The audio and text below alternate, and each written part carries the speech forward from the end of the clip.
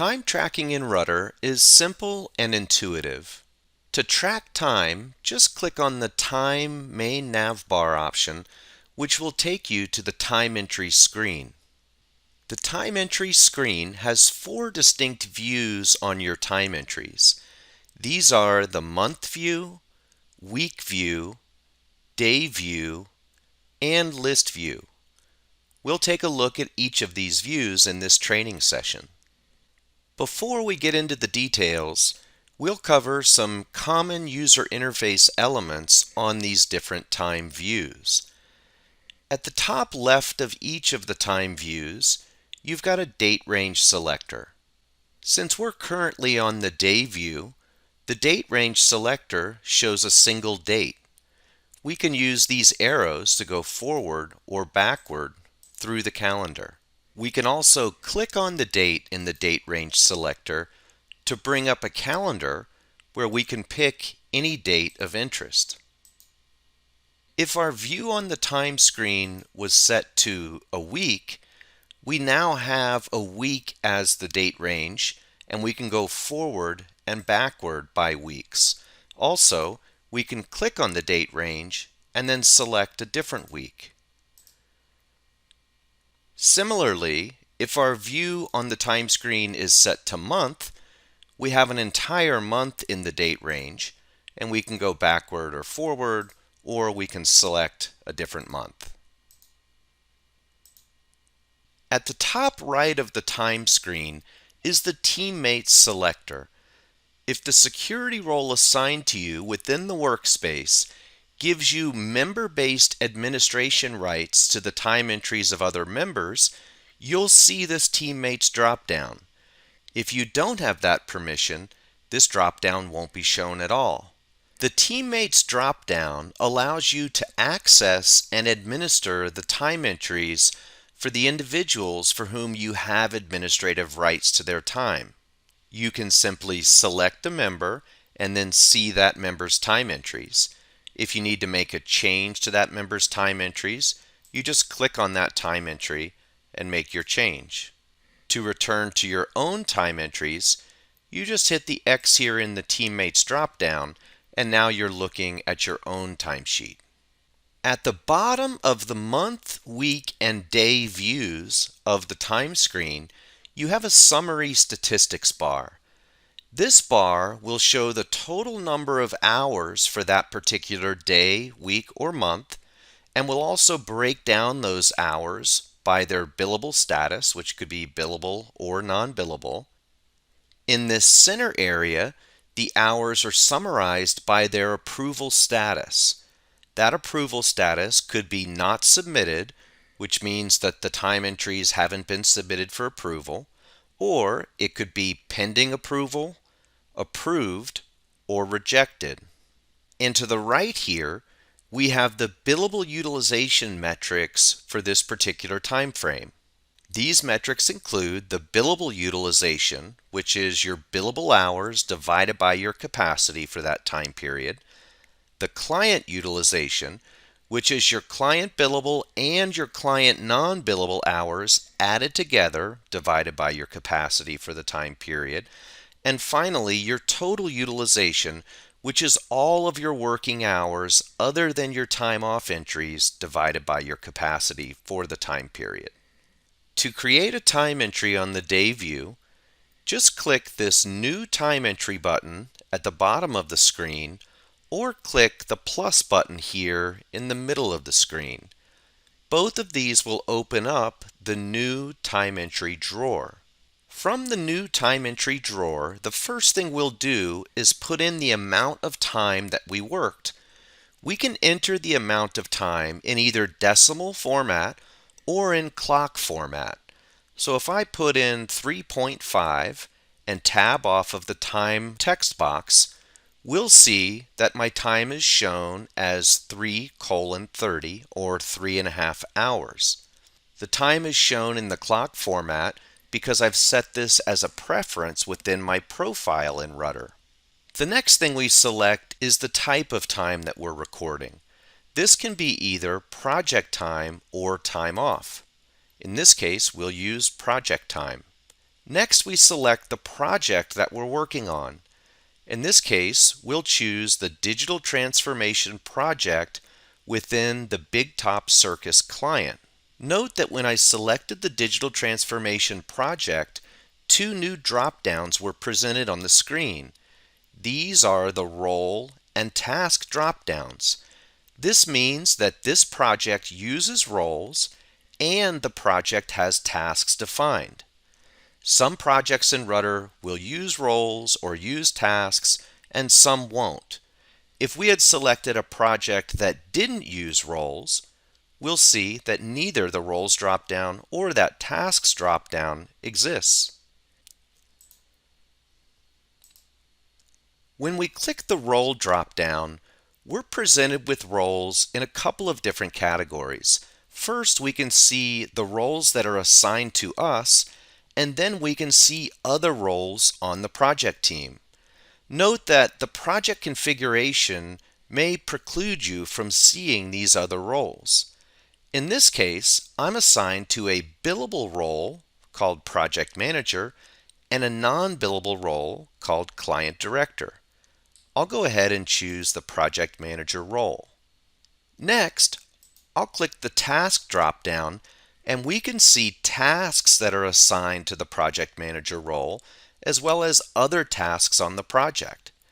If I click this Requirements Gathering task, you'll notice that a Task Details area shows up at the bottom of the New Entry drawer.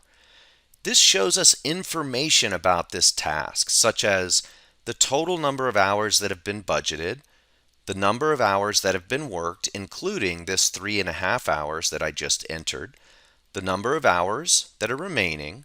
We can also see the percentage of the budget that's been worked and the percentage that's remaining. We can see the status of the task, whether or not it's billable, and who the task is assigned to. It's important to note that some projects may require that you select a task, while other projects may have tasks as an optional field. The last thing we need to do to create our new time entry is type in some notes. The notes field also may be optional or required. If it's required, you'll see the word required here after where it says notes. We'll just type in some notes, and then we'll click the Save and Close button here at the bottom of the screen.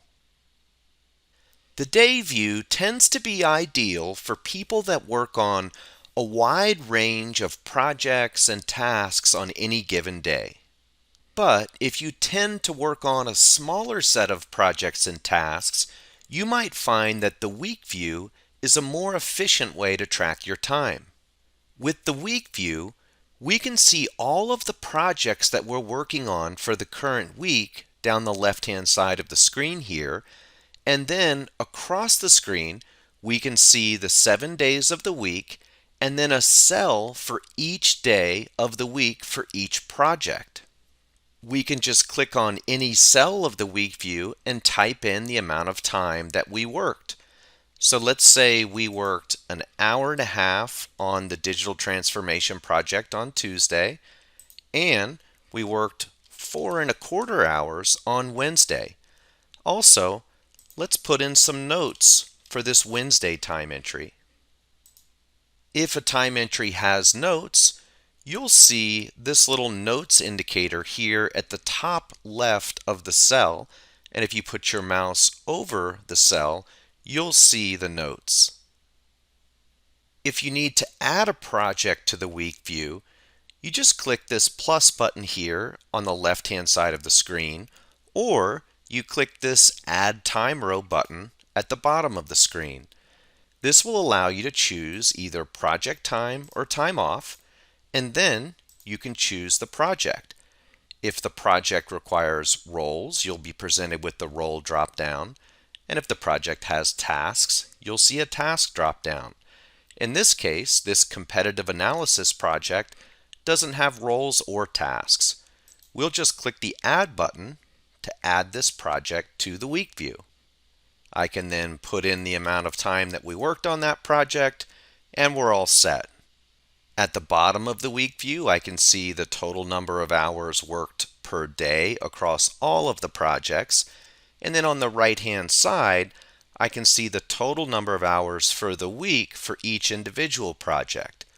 Also, if I need to remove a row from the week view, I can just click this red X here on the right-hand side of the screen and confirm by clicking the delete button. You'll use the week view and day view for entering your time in Ruddr, but the month view and list view can be helpful for reviewing the time entries that you've already put into Ruddr. The month view here shows the total amount of time that we've entered for each day of the given month. We can also see the statistics for the entire month at the bottom of the screen. The list view is a continuously scrollable screen that shows all of your time entries. You can use your mouse to scroll through all of your past time entries and then click on any time entry to bring up the Edit Entry drawer that we saw previously. From any screen within Ruddr, you can review your time entries or track new time using the Time Overlay window.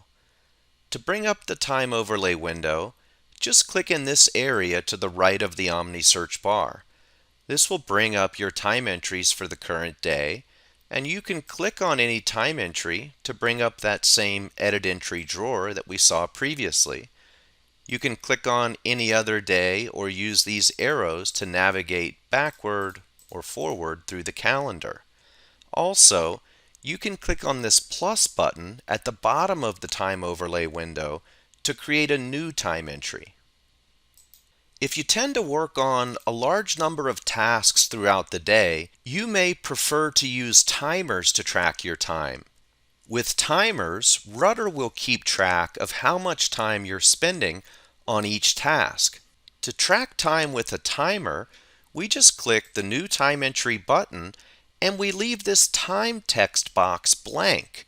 Notice when this text box is blank, the button at the bottom right of the screen says Start Timer.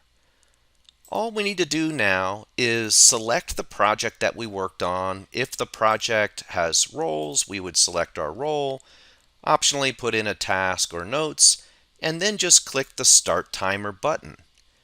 You'll see that we've created a timer for this ServiceNow engagement within Acme Company, and that timer is counting up. Also, if you notice in this time overlay area at the top of the Ruddr screen, the Ruddr logo is now green instead of gray, and the amount of time on the running timer is showing here to the right of the logo.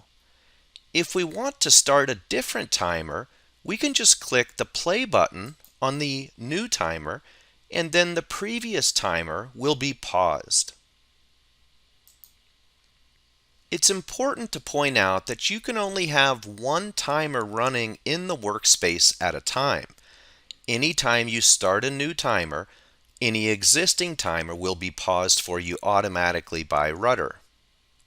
The last thing to mention about time tracking in Ruddr is the time submission process. To submit your time, you'll just click on this Submit Timesheet button at the bottom right of the screen. You'll then be presented with a confirmation window, and if you click Submit Timesheet again, your time entries for the given week will be submitted. Note that we can now see that our timesheet has been submitted, and if we put our mouse over this gray bar at the top of the screen, we'll see the date that the timesheet was submitted. When a timesheet is submitted, the individual time entries will be routed for approval. Each project in Ruddr can be configured for either automatic time approval or manual time approval. If time approval is automatic, your time entries will be approved immediately upon submission.